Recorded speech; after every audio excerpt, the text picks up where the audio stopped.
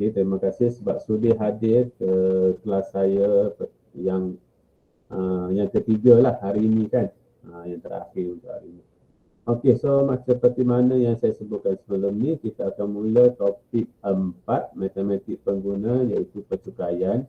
Okey, yang ini lebih banyak kepada pengetahuan. Okey, pengiraan tu pun ada, iaitu cukai pendapatan tu nanti. Okey, so hari ini kita lebih kepada pengetahuan berkenaan dengan cukai. Okey, apa yang ada di Malaysia ni. Okey. Okey, apakah yang akan anda pelajari, iaitu berkenaan dengan percukaian itu sendiri. Okey, maslahat bab ini. Okey, apa kepentingan bab ini? Okey, perakaunan merupakan bidang yang terlibat dengan percukaian. Akauntan memerlukan pemahaman yang menyeluruh mengenai ekonomi dan jenis cukai untuk menyediakan penyata cukai pendapatan bagi pihak korporat ataupun peribadi. Ini kalau terlibat secara langsung, iaitu perakaunan. Tapi kita yang tidak secara langsung ini, salah satu cukai yang kita apabila awak dah bekerja tu nanti adalah cukai pendapatan. Okey, cukai pendapatan pula tertakluk kepada pendapatan yang awak terima selama setahun. Okey, bukannya awak bekerja bulan Jun contohnya, awak dah dikira cukai, tak. Okey, dia mesti cukup setahun, iaitu bermula Januari sehingga Disember barulah awak boleh dikenakan cukai. Okey, so tahukah anda Kesultanan Melayu Melaka mempunyai sistem cukai pelabuhan yang teratur yang dikenakan terhadap pedagang mengikut negara dan hubungan negara itu dengan Melaka. Sistem cukai pendapatan pertama diperkenalkan di Persekutuan Tanah Melayu pada tahun 1947, iaitu di bawah Ordinan Cukai Pendapatan 1947. Ordinan ini kemudiannya digantikan dengan Akta Cukai Pendapatan 1967. Ini tambah pengetahuan awak lah. Okey, itu adalah landscape di Putrajaya ya.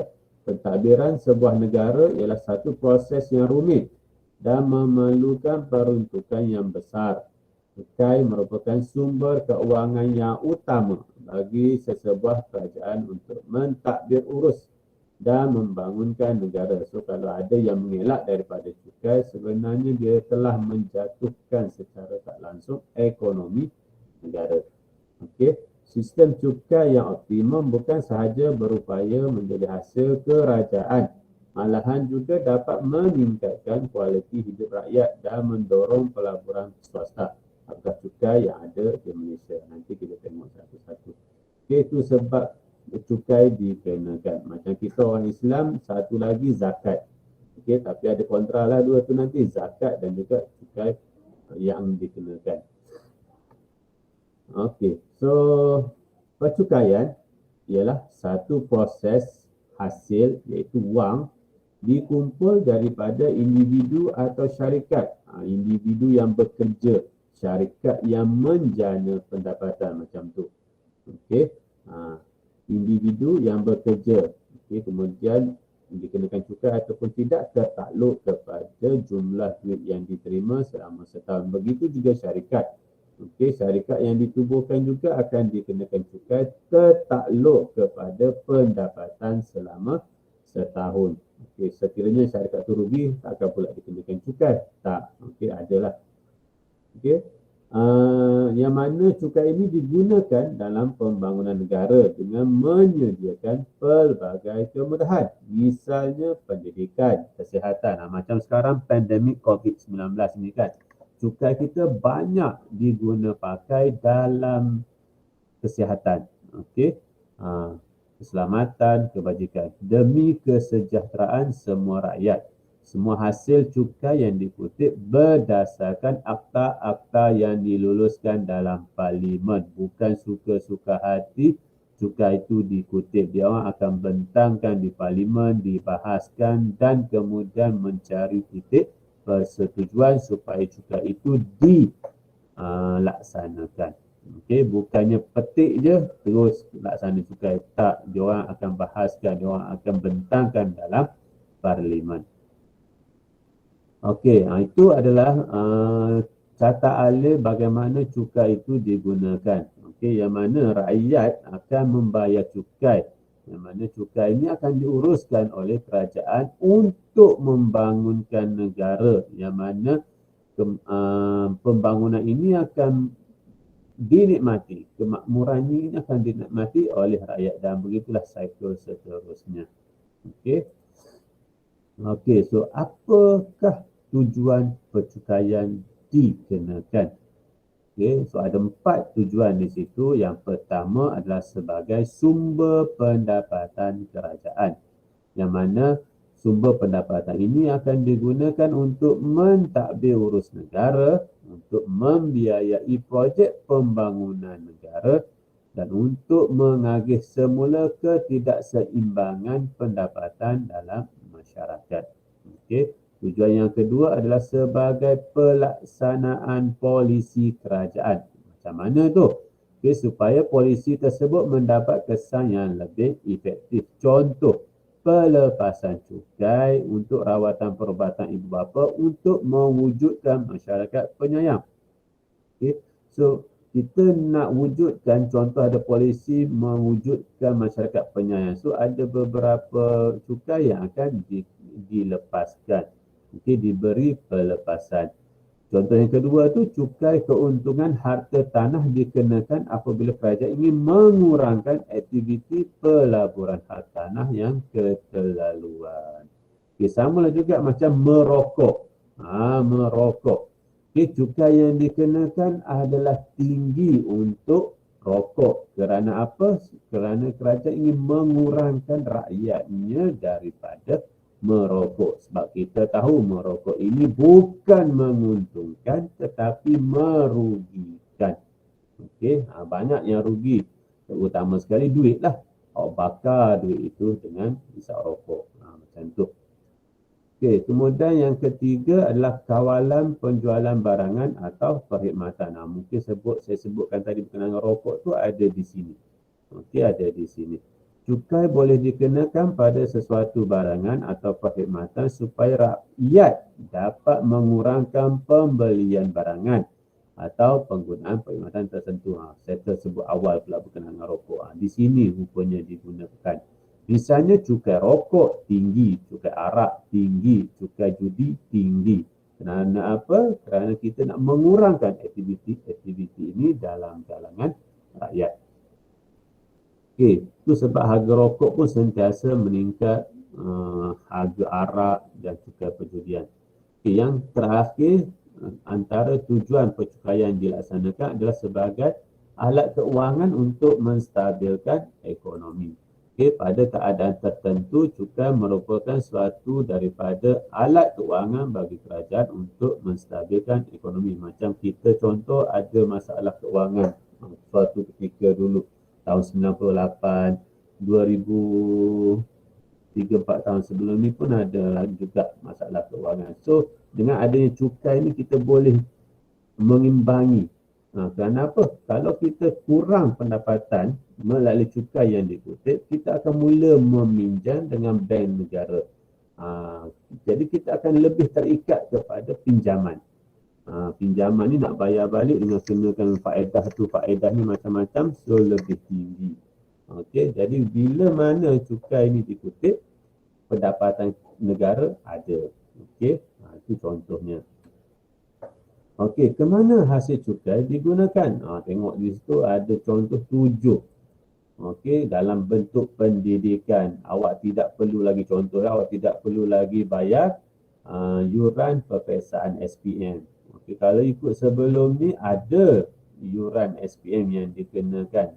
Okey, bagi keluarga mampu tiada masalah. Keluarga yang kurang mampu tu nak mengadakan beberapa ratus ringgit membayar cukai, membayar yuran SPM adalah terlalu berat.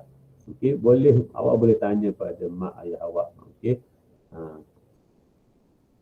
Okey, dalam bentuk kesihatan, ini banyak digunakan sekarang. 2 tahun ni 2020-2021 memang kita punya duit banyak dihabiskan di sini. Okey. Kemudian bawa kebajikan, kita ada rumah kebajikan orang tua, contohnya di Seksyen 24 ya. Itu semua guna duit cukai. Infrastruktur dan kemudahan awal macam kita di Selangor ni, kita dapat perkhidmatan bas percuma kan, selalu lalu depan sekolah kita. Itu antara cukai yang kita guna pakai. Okey, pertanian, perindustrian, kita bagi subsidi kepada penoreh-penoreh getah ini. Kemudian keselamatan dan pertahanan negara, dan akhir sekali pembangunan itu sendiri. Okey, so pembayaran cukai ini merupakan tanggungjawab rakyat yang wajib dilaksanakan. Rakyat perlu membayar cukai secara jujur dan mematuhi undang-undang supaya kerajaan tidak menanggung kerugian. Rancangan pembangunan negara akan terjejas jika negara kehilangan hasil cukai akibat sikap pembayar cukai yang tidak jujur dan tidak bertanggungjawab. So, bayarlah cukai. Jangan lari daripada membayar cukai jika cukup syarat-syarat dia. Cukup syarat-syarat dia. Okey, so ini latihan untuk awak buat apakah tujuan percukaian. Ada 4 di situ tadi, awak boleh buat senaraikan satu-satu. Yang kedua, ini contohnya cukai keuntungan harta tanah ni dikenakan bagi setiap keuntungan yang diperoleh menerusi jualan tanah atau hartanah dengan keadaan harga jual semula adalah lebih tinggi daripada harga belian. Apakah tujuan percukaian ini? Jelaskan jawapan anda. Okey, berdasarkan apa yang saya cerita tadi itu, cubalah buat. Okey, selesaikan dua latihan itu. Okey, jenis-jenis cukai yang kita akan belajar dalam topik ini ada 5, iaitu cukai pendapatan, cukai jalan, cukai pintu, cukai tanah, cukai perkhidmatan dan jualan. Okey, kita pergi kepada satu-satu. Cukai pendapatan. Okey, cukai yang dikenakan atas pendapatan yang diperoleh oleh seseorang individu bergaji atau sesebuah syarikat yang beroperasi di Malaysia. So, bila awak buka syarikat, kena declare pada LSDN, Lembaga Hasil Dalam Negeri. Oh, saya dah tercepat. Setiap individu yang bergaji dan syarikat yang beroleh keuntungan dikehendaki mendaftar sebagai pembayar cukai, mentaksirkan pendapatan tahunan dan membayar cukai pendapatan setiap tahun.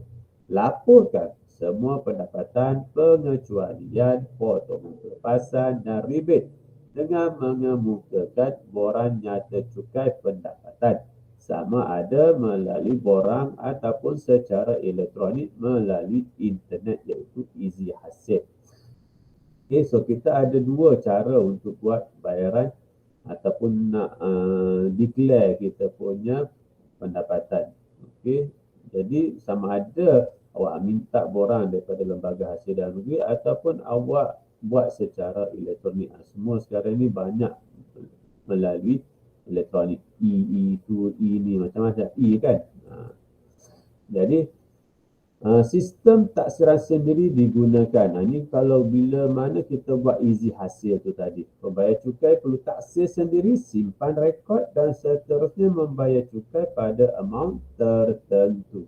Okey, taksir sendiri ni membuat sendiri pengiraan cukai pendapatan. Taksiran dilakukan untuk tahun sebelumnya. Misalnya taksiran tahun 2019 dilakukan pada tahun 2020. Kebiasaan tu ada tarikh akhir penghantaran borang taksiran di NCP, borang nyata CP, Allah buat saya dah lupa dah. Cukai pendapatan. Okay, BNCP, borang nyata cukai pendapatan dan pembayaran cukai untuk individu tidak menjalankan perniagaan. Borang B, iaitu saya lah. Okay, biasanya sebab saya menerima gaji tetap dan saya tidak ada syarikat ataupun perniagaan lain, jadi saya akan guna pakai borang BE pada 30 April. Kebiasaannya kita akan mula membuat taksiran ini pada bulan 3. Okey, so tarikh tutup untuk individu yang tak ada punya perniagaan 30 April. Individu yang menjalankan perniagaan, tak kisahlah perniagaan apa sekalipun, tarikh tutup dia ialah pada 30 Jun. Okey, yang mana Okey, untuk yang individu ni dia tak banyak sangat. Okey, setiap kali awak buat pembelian, awak simpan resit. Okey, selama mana? Selama 7 tahun. Okey, kena simpan sebelum dilupuskan. Okey, kemudian bila awak dah buat taksiran, awak boleh bayar sekaligus. Okey, ataupun melalui cukai bulanan. Okey, nanti kita terangkan satu-satu. Okey. Okey, pihak yang mengutip untuk cukai pendapatan adalah lembaga hasil dalam negeri dia sahaja. Okey, yang mengutip cukai. Okey, ini pula kesan pengelakan cukai bagi siapa-siapa yang nak elak daripada bayar cukai pendapatan. Okey, kesalahan pertama iaitu tidak memaklumkan layak dikenakan cukai. Awak dah bekerja selama setahun. Okey, syarat setahun tu mesti bermula Januari sehingga Disember. Itu setahun. Bukannya Jun hingga ke bulan Jun selepasnya. Tak, bukannya itu. Dia mesti Januari, Disember. Okey. Jadi bila awak dah bekerja selama setahun, awak kena daftar diri awak sebagai pembayar cukai. Okey, awak dikenakan cukai ataupun tidak tertakluk kepada jumlah pendapatan yang awak terima. Nanti minggu depan kita akan baca bagaimana nak mengira. Okey, so hukuman yang boleh dikenakan adalah boleh didenda sebanyak 200 ataupun sehingga 20,000 atau dipenjara tidak melebihi 6 bulan atau kedua-duanya sekali. Okey, perundangannya akta yang diguna pakai Akta Cukai Pendapatan 1967 Akta 53 Seksyen 112/1. Okey, ini semua akta-akta ini adalah tertakluk kepada perubahan dari semasa ke semasa. Okey, ini berdasarkan maklumat yang dicapai sehingga 14 September 2020. Baru lagi lah kalau ikutkannya. Okey, kesalahan kedua, tidak melaporkan pendapatan sebenar. Awak mengelak. Ada benda yang dilaporkan, ada benda yang tak dilaporkan. So, awak boleh dikenakan denda sebanyak 1,000 sehingga 10,000 dan penalti 200% atas cukai terkurang lapor. Hati-hati. So, perundangannya adalah di bawah Akta Cukai Pendapatan 1967, Akta 53, Seksyen 113/1. Okey, ada lagi kesalahan yang ketiga, jenis kesalahan yang ketiga. Memberikan maklumat tidak tepat mengenai tanggungan cukai sendiri atau orang lain. Okey, pun sama seperti yang sebelum ni, boleh didenda RM1,000 hingga RM10,000 dan penalti yang dua-dua dapat ni. Denda pun kena, penalti 200% atas cukai terkurang lapor pun kena juga. Okey, kemudian yang keempat, sengaja mengelak cukai atau membantu orang lain mengelak cukai. Boleh didenda RM1,000 hingga RM20,000 atau dipenjara. Tadi tak kena penjara, yang ini kena penjara. Okay, tidak melebihi 3 tahun atau kedua-duanya dan penalti 300%. Okey, cukai jalan road tax yang awak naik kereta, awak naik bas, apa semua tu semua ada cukai jalan. Okey, cukai yang dikenakan terhadap pengguna jalan raya yang memiliki kenderaan termasuk motosikal dan kereta. Biasanya cukai jalan ni untuk kenderaan bermotor. Okey, pemilik kenderaan perlu membayar cukai jalan sebelum tarikh tamat tempoh cukai jalan. Tarikh tersebut tercetak di atas resit cukai jalan. So, kalau awak tak perasan, kalau yang dah pernah tengok tu, Alhamdulillah. Kalau belum pernah tengok, pergi dekat depan kereta tu, ada dinyatakan di situ resit cukai jalan, resit kenderaan motor yang wajib dilekatkan atau ditunjukkan pada kenderaan. Biasanya dilekatkan pada cermin hadapan kereta. Okey, kalau motor tu, biasanya kalau pemilik motor akan simpan dalam wallet lah, ataupun letak di bawah seat motor itu, mana-manalah. Okey, supaya mudah nak semak apabila diminta.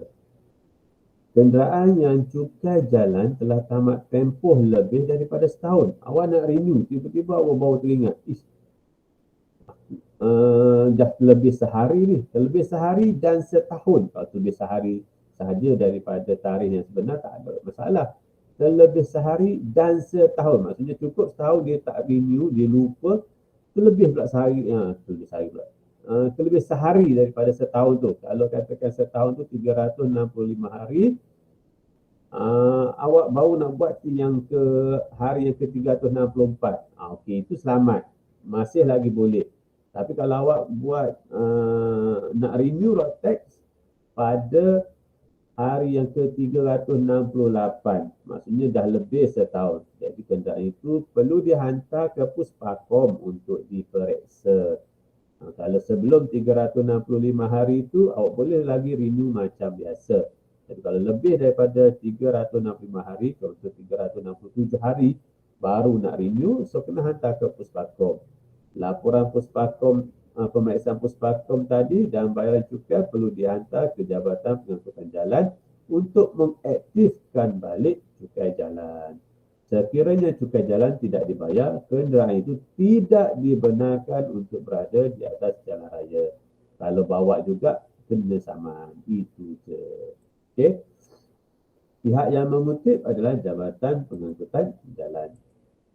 Okey, so apa berlaku apabila awak elak cukai? Menggunakan kenderaan tanpa membayar cukai jalan yang sah. So, boleh didenda tidak melebihi RM2,000.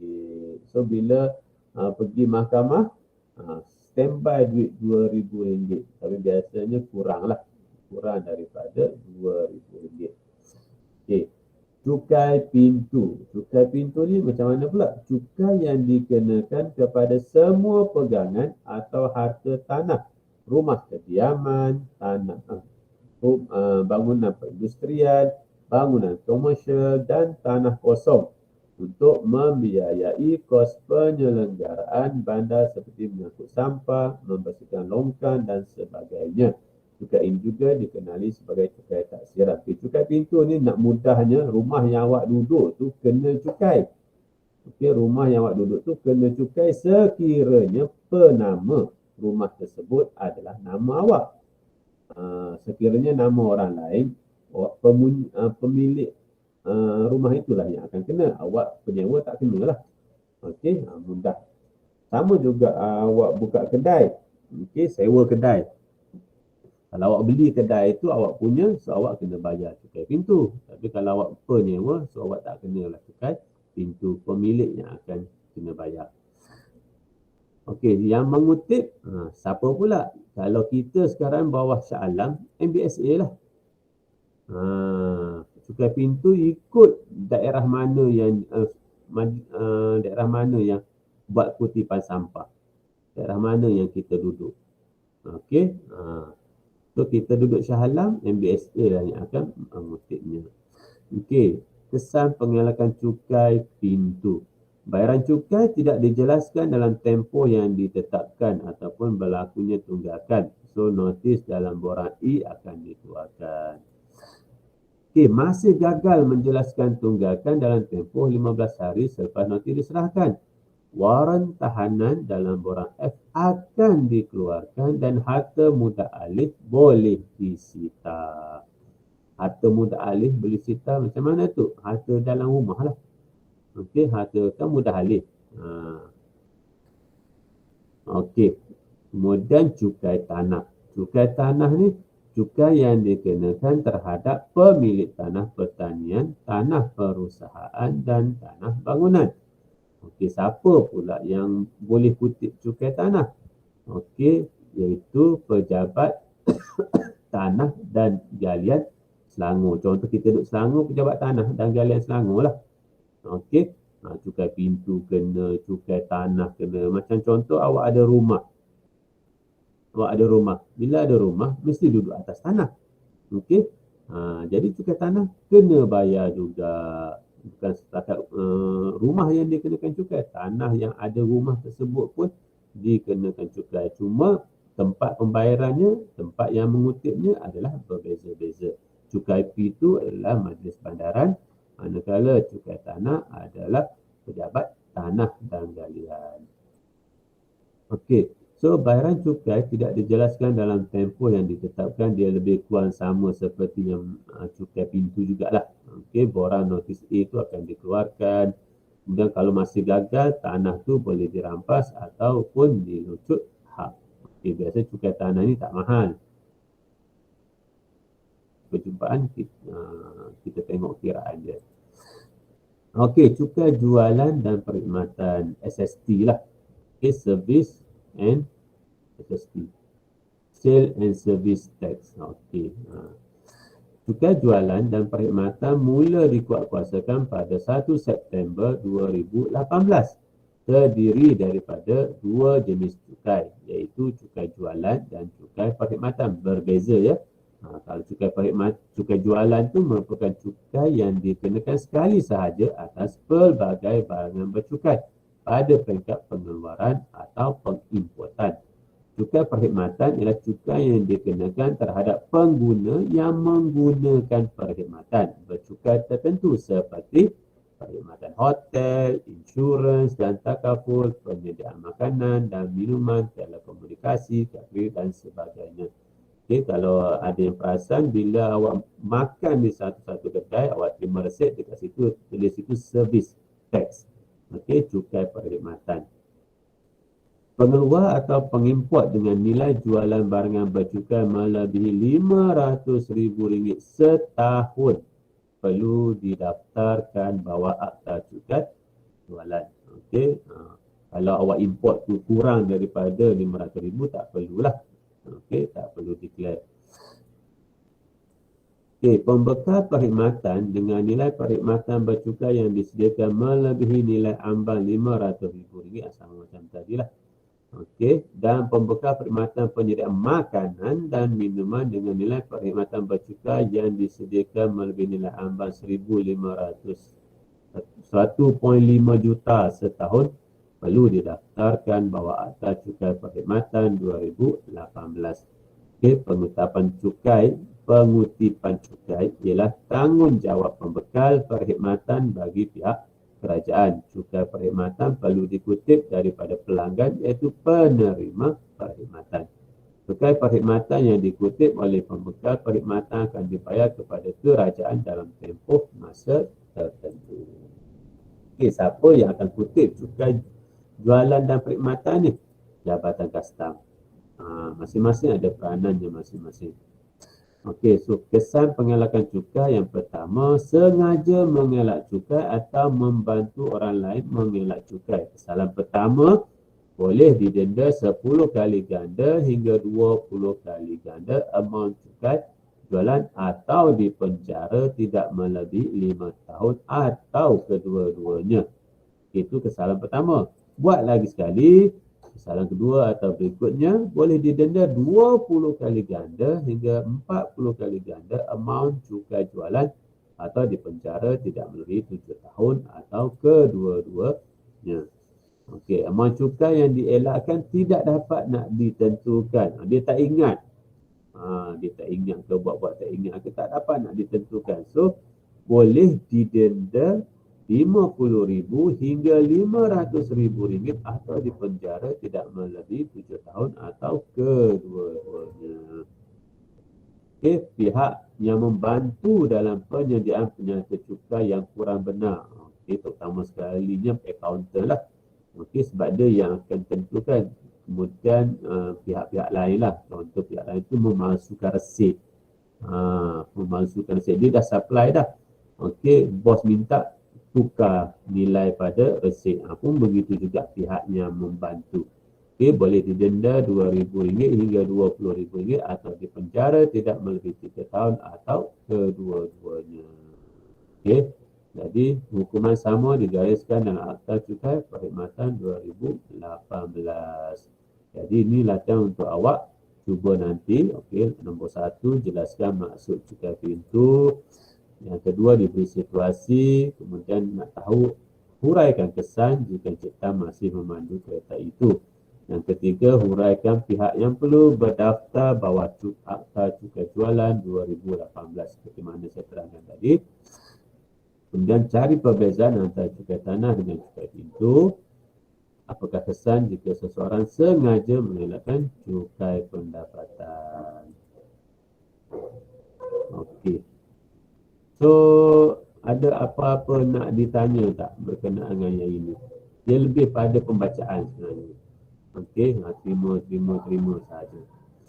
Ada soalan tak berkenaan dengan yang ini? Kita ada 16 orang. Saya ambil dulu kehadiran.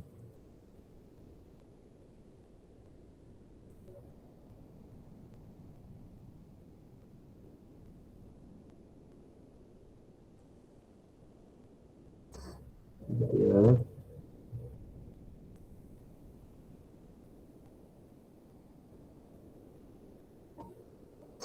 Okey, ada kehadiran pula. Ada soalan nak tanya? Tak ada, cikgu. Tak ada, alhamdulillah. Kalau ada nanti PM saya lah. Macam biasa.